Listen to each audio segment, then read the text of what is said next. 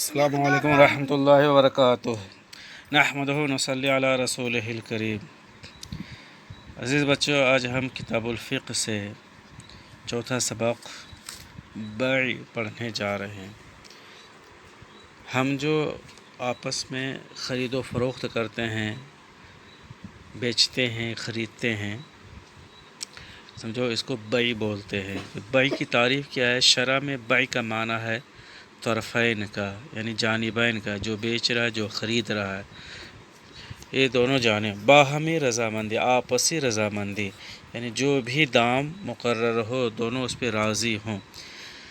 باہمی رضامندی سے مال کو مال سے آپس میں تبادلہ کرنا، بدلنا۔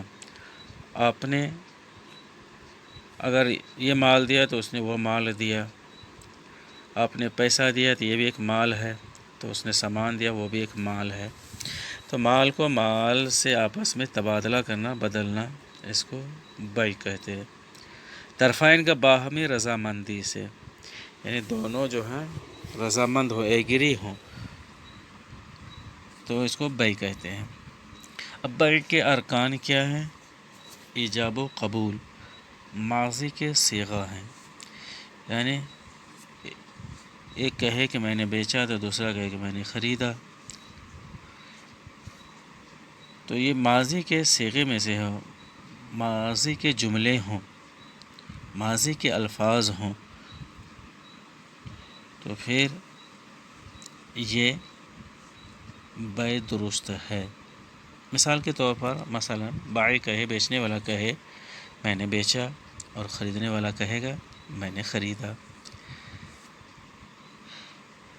طرفین میں سے جو پہلے کا قول ہوتا ہے اس کو ایجاب کہتے ہیں، اور دوسرے کے قول کو قبول کہتے ہیں۔ چاہے جو بھی کہے، بیچنے والا کہے یا خریدنے والا کہے، جو بھی پہلے قول کو کہتے ہیں ایجاب، پہلے کے قول کو، پہلے کی بات کو ایجاب کہیں گے، اور دوسرا بعد میں جو کہے اس کے جواب میں اس کو قبول کہیں گے۔ فائدہ: ایجاب و قبول کے الفاظ عربی، اردو، فارسی وغیرہ دیگر زبانوں کے بھی ہو سکتے ہیں، یعنی یہ نہیں کہ صرف عربی ہی کے ہوں یا اردو ہی کے ہوں، اپنے لوکل زبان میں۔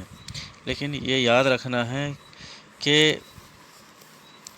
ماضی کے صیغے ہوں، چاہے وہ اردو کے ہوں یا عربی کے ہوں یا کسی اور زبان کے ہوں، تو یہ ایجاب و قبول جو ہوں ماضی کے صیغے میں ہونا چاہیے۔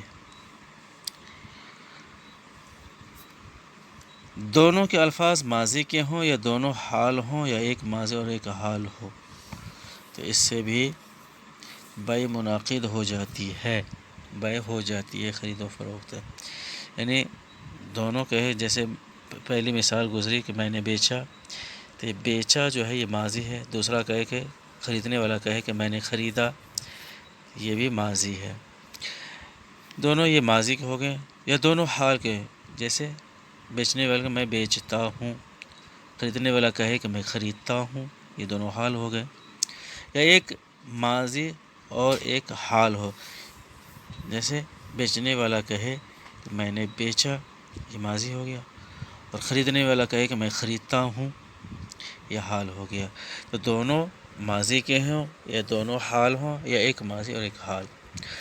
مستقبل کے الفاظ سے بیع نہیں ہو سکتی ہے، خواہ دونوں کے ہوں یا ایک کے، یعنی بیچنے والا، خریدنے والا، دونوں کے الفاظ مستقبل ہوں یا ایک کے ہوں تو اس سے بیع نہیں ہو سکتی ہے۔ مثال کے طور پر بیچنے والا کہے کہ میں بیچوں گا، خریدنے والا کہے کہ میں خریدوں گا، تو یہ بیع نہیں ہوئی۔ بیع کے شرائط کیا ہیں؟ ایجاب اور قبول میں موافقت ہونا، ایجاب اور قبول کا ایک ہی مجلس میں ہونا، ایک ہی جگہ، یہ نہیں بیچنے والا یہ کہے کہ میں نے یہ چیز بیچی، دوسرا جو سن رہا ہے وہ گھنٹہ دو گھنٹہ کے بعد یہ دوسری جگہ جا کے کہے کہ میں نے یہ خریدی، تو یہ بیع نہیں ہوگی، بلکہ جس جگہ بات ہو رہی ہے اسی جگہ اگر یہ بات ہو جائے تو پھر یہ بیع ہوگی۔ ہر ایک کا دوسرے کا کلام سننا، یعنی بیچنے والا جو کہہ رہا ہے تو خریدنے والا سنے، اور خریدنے والا جو کہہ رہا ہے بیچنے والا سنے۔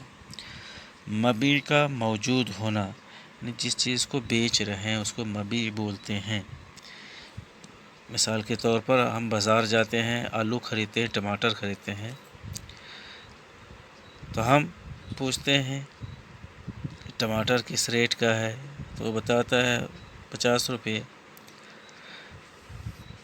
تو وہ بیچنے والا ہوا، ہم خریدنے والا، اور جو ہم خرید رہے ہیں ٹماٹر، یہ مبیع کہلائے گا۔ تو مبیع کا موجود ہونا۔ آگے ہے بائع، مبیع کا مالک ہو، یعنی بیچنے والا اس سامان کا، اس چیز کا مالک ہو، یہ نہیں کہ چیز کسی کی اور بیچے کوئی، تو یہ بھی بائع درست نہیں ہے۔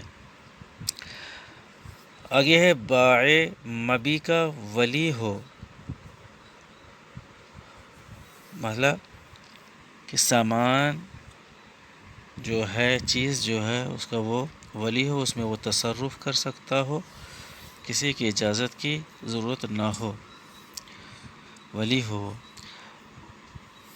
مبیع میں غیر کا حق نہ ہو، یعنی جو چیز ہے اس میں دوسرے حقدار نہ ہوں۔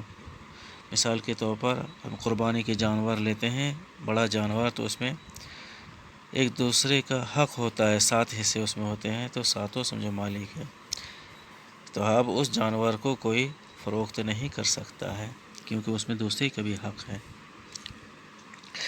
مبیع کی مقدار اور ثمن معلوم ہو، یعنی جس چیز کو فروخت کیا جا رہا ہے، بیچا جا رہا ہے، اس کی مقدار یعنی کتنی ہے، اور ثمن یعنی قیمت بھی معلوم ہو۔ بیع میں فائدہ ہونا، یہ جو خرید و فروخت کر رہے ہیں اس میں فائدہ بھی ہو، یہ نہیں کہ ادھر کا ادھر، ادھر کا ادھر کرتے رہیں، اس میں کچھ فائدہ نہ ہو، تو لا یعنی کام میں نہ پڑیں۔ آگے عمدہ یا خراب چیز میں بیع تعاطی صحیح ہے، عمدہ چیز ہو یا خراب چیز ہو، بیع تعاطی جو ہے یہ درست ہے۔ اب بیع تعاطی کس کو کہتے ہیں، تو فائدہ لے کر کے بتا رہے ہیں، بغیر لفظ ادا کیے ہوئے جو بیع ہو وہ بیع تعاطی کہلاتی ہے۔ مثال کے طور پر یہاں دیکھو کہ ترکاری یا چارہ بیچنے والے گڈیاں بنا کر رکھ دیتے ہیں۔ عام طور پر شہروں میں دیکھو گے جو جانور کے لیے پتے وغیرہ کہتے ہیں کہ ایک گڈی، یا یہاں پہ دیکھو گھاس کی بھری ہے، ایک بھری جو ہے 50 روپے 100 روپے ہے، تو گھاس کی گڈیاں بنا کے رکھ دیتے ہیں۔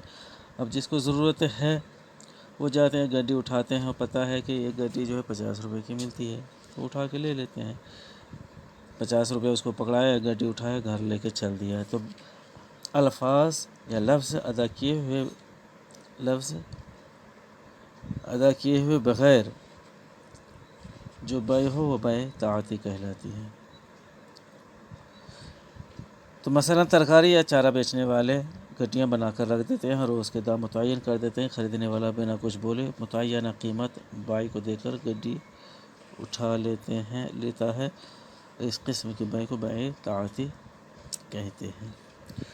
ثمن مؤجل سے بیع جائز ہے، ثمن مؤجل کا مطلب ادھار سمجھ لیں، ادھار قیمت سے، یعنی اگر کوئی گاڑی بیچ رہا ہے یا موبائل بیچ رہا ہے، آپ کے پاس پیسہ نہیں ہے کہ یہ موبائل 5000 کا ہے، آپ نے کہا ٹھیک ہے، تو یہ ثمن مؤجل سے یعنی ادھار بھی جائز ہے، کہ ہم ہفتہ دن کے بعد دیں گے یا مہینہ کے بعد دیں گے، تو یہ بیع جائز ہے۔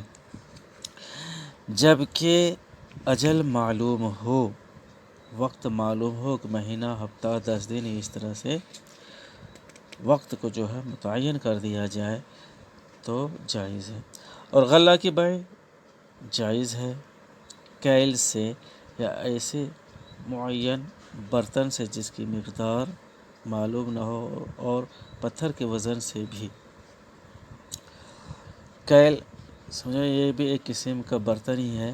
مثال کے طور پر آپ دیکھو کہ دکاندار کے پاس ایک برتن ہوتا ہے جس میں ہم کبھی چاول، آٹا، یہ سب توڑ کے ایک طرف جو ہے وہ کلو آدھا کلو رکھتے ہیں اور ایک طرف برتن رکھا ہوتا ہے، تو وہی سمجھ لو کہ کیل ہے۔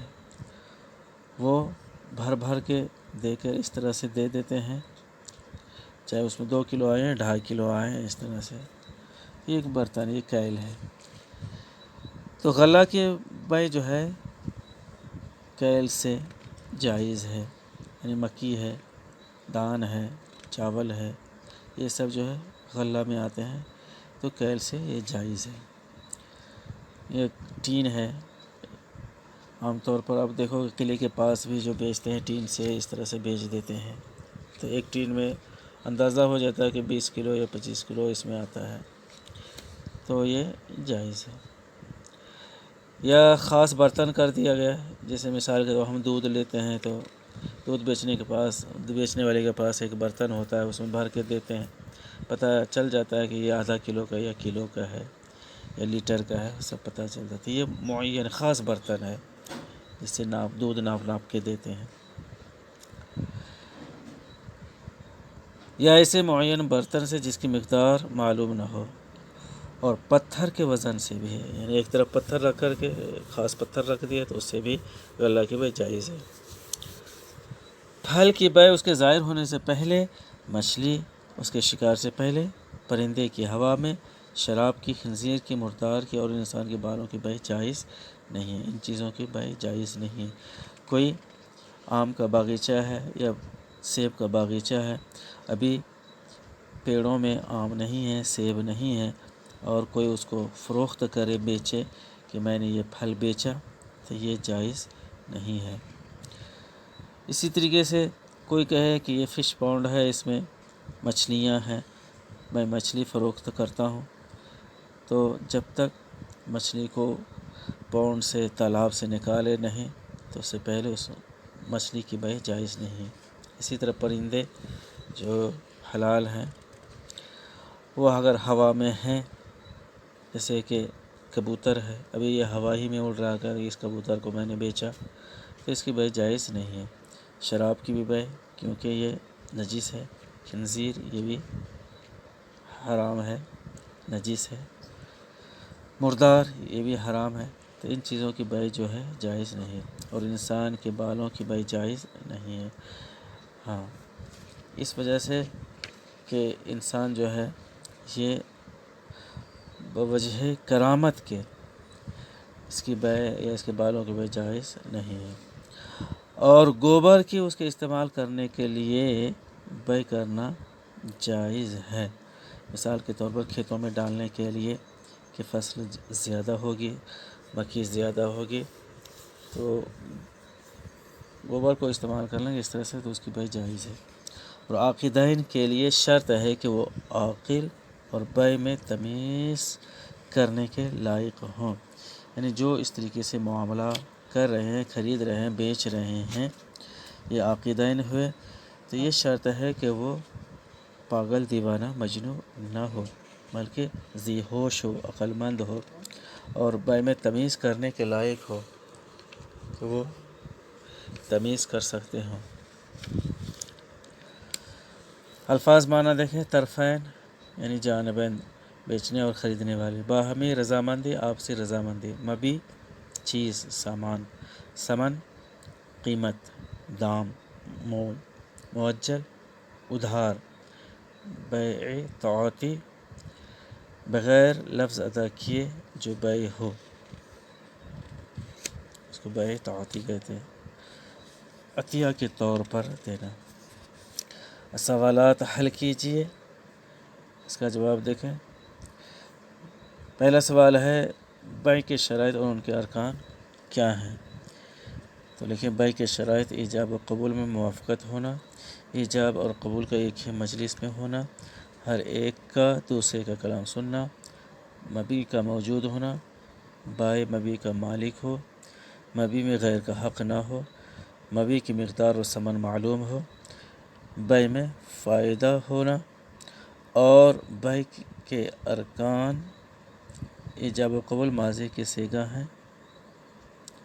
یا دونوں حال ہوں، یا ایک ماضی اور ایک حال ہو۔ دوسرا سوال ہے ایجاب اور قبول کے لیے مثال لاؤ۔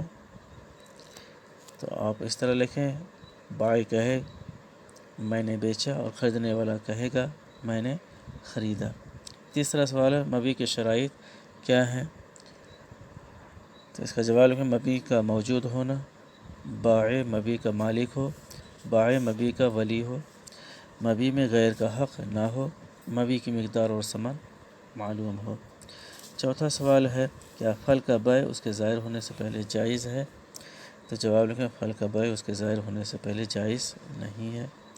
پانچواں سوال ہے کب مچھلی کا بیع جائز نہیں ہے؟ تو جواب لکھیں مچھلی کی بیع اس کے شکار سے پہلے جائز نہیں ہے۔ چھٹا سوال ہے 4 چیزیں لکھو جن کی بیع جائز نہیں ہے۔ تو شراب کی، خنزیر کی، مردار کی، انسان کے بالوں کی۔ ساتواں سوال ہے عاقدین کے شرائط کیا ہیں؟ تو جواب لکھیں وہ عاقل اور بیع میں تمیز کرنے کے لائق ہوں۔